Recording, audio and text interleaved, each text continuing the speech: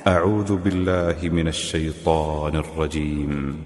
بسم الله الرحمن Sallallahu alaihi wasallam nung الرحيم. siya ay nabubuhay pa. Kaya bukod sa pag-intindi ng mga mas'ala na yan, kailangan tingnan natin ang sira ng Propeta Muhammad sallallahu alaihi wasallam. Ang mga khulafa ar-rasyidin, ang mga sahaba, ang mga tabi'in at tabi'in, ang mga imam, ang mga taong ulama, scientist sa pag-intindi ng ating din. Hindi yung marunong tayo magbasa ng Arabic, magaling tayo mag-recite ng Arabic, pagkatapos intindihin natin yung Quran at saka sunna sa sarili nating pag-intindi, ahlur ra'i. Merong tafsir. Merong tafsir ang mga kibar na mga mupassirun kung paano ang pagtatafsir ng aya para wag nating iligaw ang ating mga kabataan na ginagawa ngayon ng karamihan sa ating mga syabab. Nalililin lang nila ang mga kabataan natin na minimix nila ang paniniwala sa alwala wal bara. So halimbawa sabihin natin, sa bansa ng mga Muslim na makikita natin sa kitab at saka sa sunnah at saka sa history ng Islam, sa bansa ng mga Muslim may naninirahan ng mga tinatawag na dhimmi. Dhimmi. Ang ibig sabihin ng dhimmi ay yung mga ahlul kitab o yung mga pinahintulutan sa Sharia na pinapahintulutan na tanggapin ang pagbabayad ng jizya upang sila ay mapailalim sa batas ng Islam sa pamangalaga ng Sharia. Maliban lamang kung kalang sanungatin ang Sharia, sila ay nararapat na patawan ng kaparusahan kung ano ang kaparusahan din sa mga Muslim. Alam mo, pag nanakaw, tapos sila hindi putulan ng kamay. Pero sa tinatawag nating kaligtasan, sila ay sakop ng batas kapag sila ay nasa ilalim ng bansa ng mga Muslim at sila ay nagbabayad ng jizya. Ang tawag dyan ay dhimmi. Pangalawang uri ng tao na nabanggit sa Quran at sa Sunnah na pinaliwanag ng Propeta Muhammad sallallahu alaihi wasallam na hindi maaring pakialaman ang kalang buhay, ang kalang kayamanan, ay ang tinatawag na muahad. Yung taong may contract o kasunduan, halimbawa, magkabilang tribo o ano na mga Muslim o grupo na mga hindi, meron silang community na meron silang kasunduan, contract sa waliul amar, sa leader ng mga Muslim at saka sa mga Muslim, hindi sila pwedeng pakialaman. Arabia o sa bansa ng mga Muslim na meron silang kontrata para magtrabaho o anumang kontrata nila para magnegosyo o anumang mga kontrata na yan, sila ay nasa ilalim ng pangangalaga ng batas kasunduan ng mga pinuno pangalagaan ang kanilang kaligtasan. Pangatlong uri ng tao na nabanggit sa Sharia ay yung mga musta'man. Ang ibig sabihin ng salitang musta'man ay yung pinagkalooban ng aman o security o kaligtasan. Kaligtasan. Halimbawa, ang Propeta Muhammad sallallahu alaihi wasallam, nung siya ay pumunta sa Taif, lumabas siya ng Makkah at siya ay bumalik, ang mga tao ay sa Makkah na halos gusto siya talagang patayin. So, meron siyang nilapitan na tao na pinagkalooban siya ng aman at ng kanyang pamilya at siya ay kilalang pinuno ng tribo. At sila ay sabi nila, ako ay tagapangalaga ni Muhammad at hindi niyo pwedeng galawin. So ganun din, halimbawa sabihin natin, ang gobyerno ng isang bansa na Muslim, meron silang kasunduan na trabaho, yung mga turista, tinatawag natin, o bisita, visitors, bisita o turista, o yung mga stranded sa kanilang bansa, o kaya yung mga tinatawag natin, halimbawa, yung mga katulad consulate o ambassador, o ano, mga sila ay merong kasunduan sa gobyerno na kapag sila ay pumasok sa ating bansa, meron silang ipagkakaloob sa kanila ang tinatawag nating aman o tinatawag nating security o kapayapaan. Hindi sila pwedeng pakialaman. Kaya ito ang pinapropeta tungkol sa mga bagay na yan. Man qatala muahadan lam yara raihatal jannah. Kung sino man ang pumatay ng isang muahad, ibig sabihin meron akong kasunduan, ang mga Muslim, hindi niya maaamoy o makikita ang jannah. Sino tinutukoy dito? Kafir. Kaya ang Propeta Muhammad sallallahu alaihi wasallam nung tinatawag natin yung treaty o kasunduan ng Hudaybiyah, talaga siya ay ganon din yung kasunduan ng mga bawat tribo, hindi siya sumisira. Kaya lang kapag sila ang sumira, Makikita natin kung gaano katatag ang Propeta Muhammad sallallahu alaihi wasallam. Makikita natin sa sira. Basahin natin ang sira. Basahin natin ang sira. Ang paliwanag ng mga issue na yan ay makikita natin sa Quran, sa tafsir, sa share ng mga hadith, paliwanag ng mga ulama, hindi paliwanag ng mga ahlul ra'i. Hindi paliwanag ng mga talibul ilm, na katulad natin. Paliwanag ng mga kibar al-ulama, ng mga scientist ng ating din. Para wag tayong magligaw, lalo-lalo ng mga kabataan. Sa mas'ala ng al-wala wal-bara. So yan ang tinatawag natin na issue sa pakikitungo ng mga Muslim. At tatandaan natin, lalong-lalo na kapag walang digmaan. Pagdating sa digmaan, katulad na nangyari sa kay Abu Ubaidah ibn al-Jarrah, kay Omar ibn al-Khattab, napatay na yung kanyang pinsan, si Mus'ab ibn Umair, si Abu Bakar as-Siddiq, hinahanap niya yung kanyang anak. Sa oras ng digmaan, talagang ipakita natin ang tapang natin, ang buong tapang natin. Dito wala na. Pinapahintulutan na tayong patayin kahit sino. Pero sa tinatawag nating panahon ng kapayapaan, mayroong batas. At ang Islam ay may tinatawag, malinaw, maliwanag na batas na hindi katulad na batas ng hindi mga Muslim. Tatandaan natin. Ang Islam ay may hikma. May hikma. Katulad ng pamumuhay ng Propeta Muhammad sallallahu alaihi wasallam na siya ay nabubuhay pa. So kaya ang aksam o anwa ng mga tao sa al-wala wal-bara ay tatlong uri. O ang uri o division ng tao sa pakikitungo o pag-intindi ng al-wala wal-bara ay tatlong uri. Una, sabi natin, ang mga tao na tinutukoy nating ahlul iman, ahlul islam, ahlus salah, at saka ahlul istikama.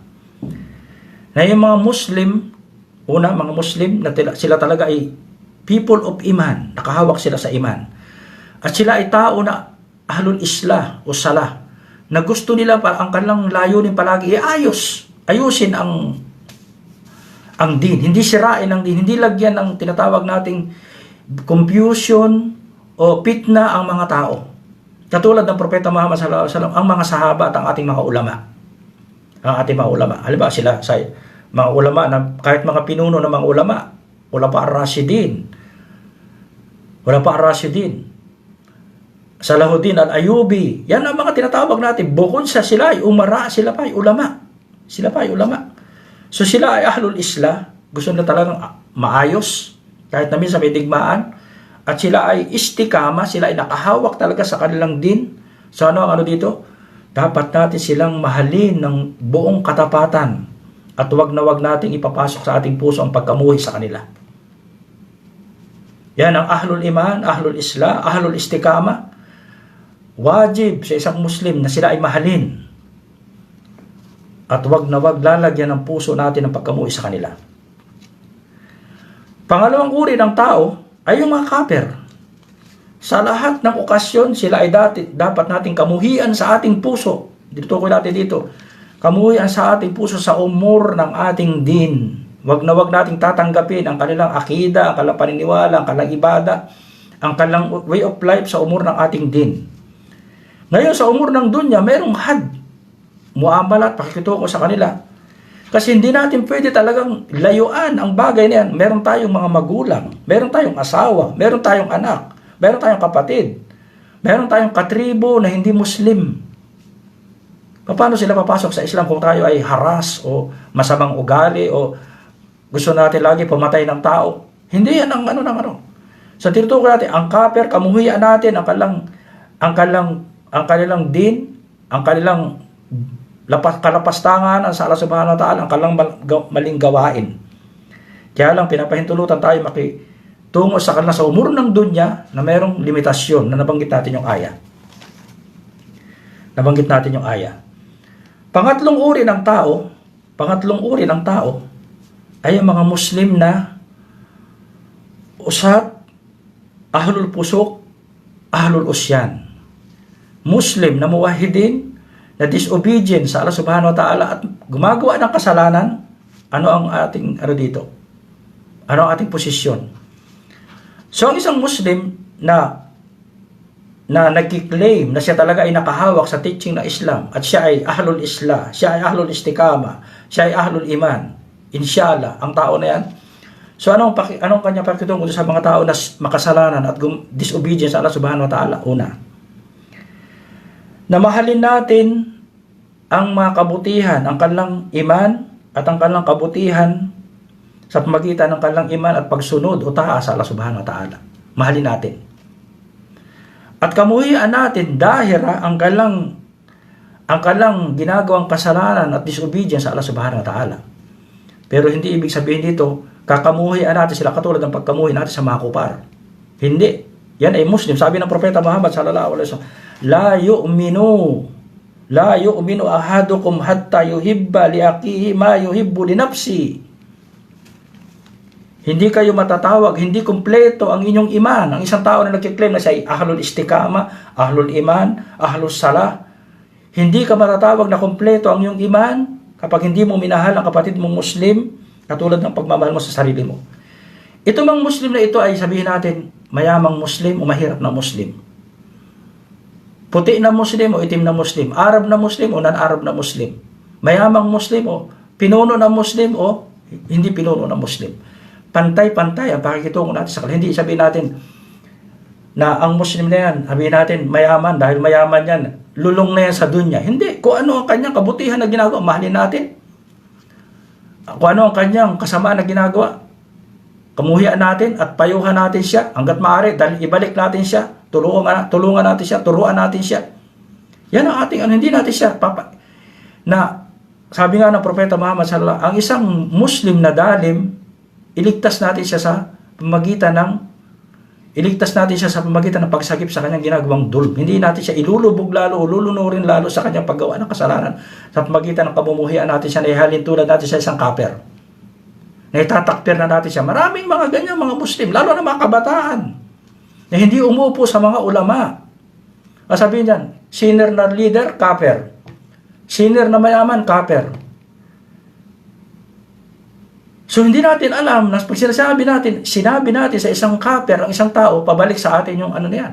Sabi ng Propeta, sallallahu alaihi wasallam, kung sino man ang mag-declare na ang isang tao ay kaper, papunta sa kanya, sinasabi niya, siya ay kaper.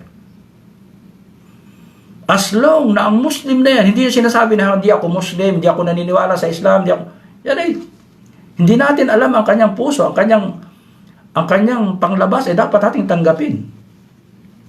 Dapat nating tanggapin. So kaya, ang ito na mahalin natin ang kanyang iman at sa kanyang taas sa Allah subhanahu wa ta'ala at kamuhian natin ang kanyang disobedience sa kanyang ginagawang kasalanan. Kaya lang, itutukoy dito, dahil yung ipaalam natin sa kanya na hanggat maaari talaga sa maayos at mabuting pamara para sa ibumalik at siya ay maging katulad ng mga tao na nasa istikama o sa naghahangad ng kabutihan. Huwag natin siyang ilalayo sa Islam na katulad ng ginagawa ng karamihan ngayon, walang ginawa kundi sisihin ang isang taong makasalanan, taong nagkasala. Hindi yan ang Islam, hindi yan ang Propeta Muhammad sallallahu alaihi wasallam. Hindi yan ang Propeta Muhammad sallallahu alaihi wasallam. Ang Propeta Muhammad sallallahu alaihi wasallam at ang mga sahaba, sila talaga ay matatag, sila ay syadid mga Muslim, kaya lang sila ay rohama, sila ay merciful sa kapwa nila Muslim. Sabi na Allah Tabarak wa Ta'ala sa surah Al-Fatiha, Muhammad ar-Rasulullah, walladina ma'ahu. Tinutukoy dito mga sahaba. Si Muhammad ay sugo na Allah subhanahu wa ta'ala. Walladina ma'ahu, at yung mga taong kasama niya, ma'ahu, with him, ang mga sahaba, ashiddau alal kuppar. Sila ay syadid. Talagang sila ay kinamumuhian nila, lalo na sa digmaan, sila ay malupit sa mga kupar. Kaya lang sabi, rohama o bainahum. Sila ay merciful sa kapwa nila Muslim. Sila ay merciful. Ang mercy nila sa kanilang kapwa na Muslim, na ayaw nila ang kapatid nilang Muslim mapunta sa impyerno, katulad ng mga kaper. Kung ang isa nagdadawa, nagagawin niya ang lahat na ipakita ang kabutihan ng Islam. Sa hindi mga Muslim, ang mga hindi mga Muslim aula, mas priority na pakitaan natin na higit na kabutihan. Kaya ito ang nangyayari sa mga kapatid natin, mga Muslim, lalo na mga kabataan, ang mga syabab. na nagmamahal sa Islam. Kaya lang walang sapat na kaalaman sa pag-intindi ng din ng Islam, na hindi umupo sa mga kibar al-ulama. Hindi umupo sa mga kibar al-ulama, sa mga scientist ng din. Hindi umupo sa mga pukaha. So nagmi-mix ang kanilang na kung anong pagtingin nila sa kupar, ganun din ang pagtingin nila sa mga Muslim na kapatid nilang sinner o disobedient sa Allah, o pasik sa Allah subhanahu wa ta'ala. Iba ang ating rohama. Sabi ng Allah subhanahu wa ta'ala, Muhammad Rasulullah walladina ma'ahu asidda alal kupar ruhama o bainahum. Maging sa dawa, ang propeta Muhammad sallallahu alaihi wasallam, isusugo na niya ang mga sahaba upang pasukin ang kanang mga kaaway. Sabi ng propeta Muhammad sallallahu alaihi wasallam kay Ali bin Abu Talib sa kanyang payo, unpud ala rislika. Pagkatapos sabi, anong una? Humayo kayo sa malapit sa lugar ng inyong mga kaaway, unpud ala rislika. Pagkatapos sabi ron, ud'uhum alal Islam. Imbitahan nyo sila sa Islam. Yun ay napapasok na mga army. Papasok na mga army. Hindi pa rin sinabi ng propeta, sige, patayin nyo sila lahat. Sabi, imbitahan nyo pa rin sila sa Islam. Bago kayo, pagdating doon, sabihin nyo, kung gusto nyo magbayad ng jizya, hindi kami papasok. Una, invitation, dawa. Pangalawa, jizya. Pangatlo, kital. Digmaan na. Panahon niya ng propeta Muhammad sallallahu alaihi wasallam, yan ang pamaraan ng propeta Muhammad sallallahu alaihi wasallam. Siya ay rahmatul lil alamin. Siya ay mercy sa buong mankind, na mga tao na nang siya ay pumunta sa Makkah, na siya ay pinagbabato ng mga tao roon, pinababa sa kanya ang anghel na dalawa ng bundok. Iko-collapse namin yung bundok para lipulin yung mga tao diyan na bumato sa iyo. Sabi niya, hindi, wag. Ako ay umaasa sa darating na panahon sa magiging angkan ng mga tao na yan na may magsasabi ng la ilaha illallah Muhammad Rasulullah. At lumipas ang panahon, ang buong Jaziratul Arab ay nagmuslim. Sa mercy ng Rasul sallallahu alaihi wasallam, sa rahma ng Propeta Muhammad, sa tamang pakikitungo niya sa batas ng Islam na may buong ilm wal hikmah. Dahil ang Propeta Muhammad sallallahu alaihi wasallam, siya ang tumanggap talaga ng Quran at siya ang tumanggap ng pag-intindi ng Quran. Kaya ang pag-intindi, kunin natin ang kanyang sira, ang kanyang biography, ang kanyang talambuhay, kung paano isinabuhay, paano siya makitungo sa hindi mga Muslim. Kaya sabi niya kay Ali bin Abu Talib radhiyallahu an, kapag gabayan ang isang tao nang dahil sa iyong dawa, gabayan ang isang tao ang hindi Muslim, khairun laka min humri na'am. Ito ay better sa'yo sa pinakadakilang kayamanan dito sa dunya. Hindi sinabi ng propeta Muhammad sallallahu alaihi wasallam sa kay Ali bin Abu Talib na papunta sa gera, sabi niya, kapag nakapatay ka ng isang tao, hindi niya sinabing gano'n. It is better for you na malaki ang iyong. Sinabi niya, kapag may gabayan sa'yo na isang tao, it is better for you sa humrinam. Kaya nung pangyayari sa panahon ng propeta Muhammad sallallahu alaihi wasallam, nang si Usama ibn Zaid, nang sila ay nasa mismo digmaan, gera, alam mo yung mga Muslim na mga sahaba, ridwanallahu alayhi, pinakamababangis pa sa mga mabangis na leon, kapag sila ay nasa digmaan. Kaya yung isang hindi Muslim, isang musyrik, sabi niya, asyhadu an la ilaha illallah. Pero pinatay pa rin niya habang ito ay nagsasyahada sa at nakarating sa propeta Muhammad sallallahu alaihi wasallam ang balita. Sabi niya, pinatay mo siya? Sabi niya, pinatay mo siya?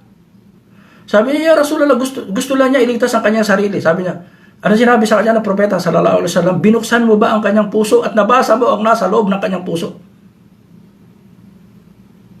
Binuksan mo ba ang kanyang puso at nabasa mo ang nilalaman ng kanyang puso na siya ay nagsisinungaling? Kaya sa Islam, kapag ang isang tao ay nag-declare, kahit ang mga munapikun, bawal patayin.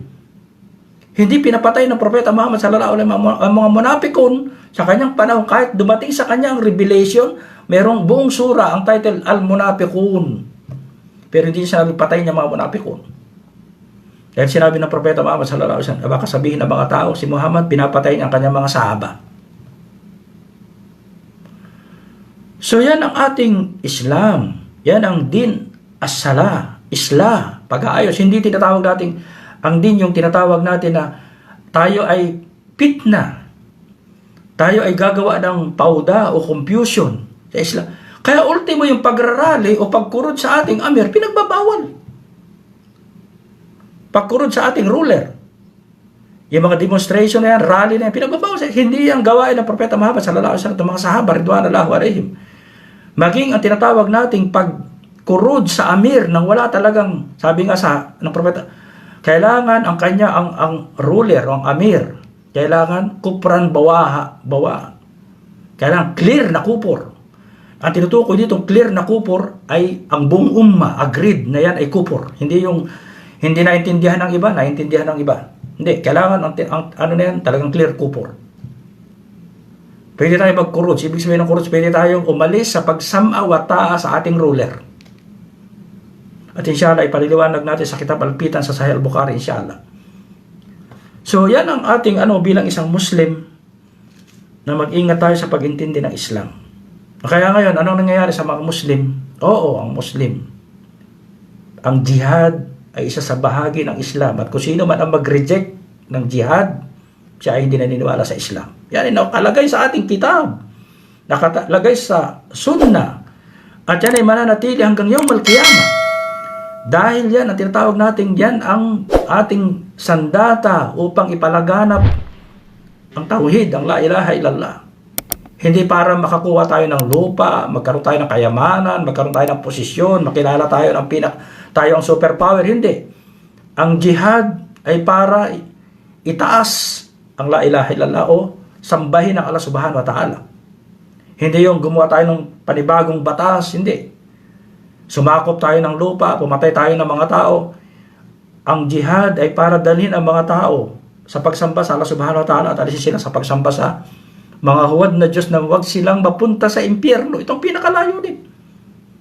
Nang dahilan, bakit natin sila lalabanan dahil sa kanilang kupor? Dahil huwag silang mapunta sa impyerno. Baka sakali sa pamagitan ng jihad na yan, at tayo makita nila na tayo sumasamba sa Allah subhanahu wa ta'ala, ito ang maging daan para sila ay pumasok sa Islam at sumamba sa Allah subhanahu wa ta'ala.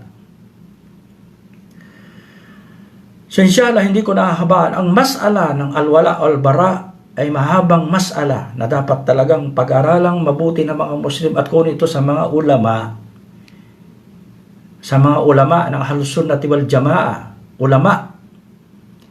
Sa mga scientist ng ating din, hindi sa mga syabab.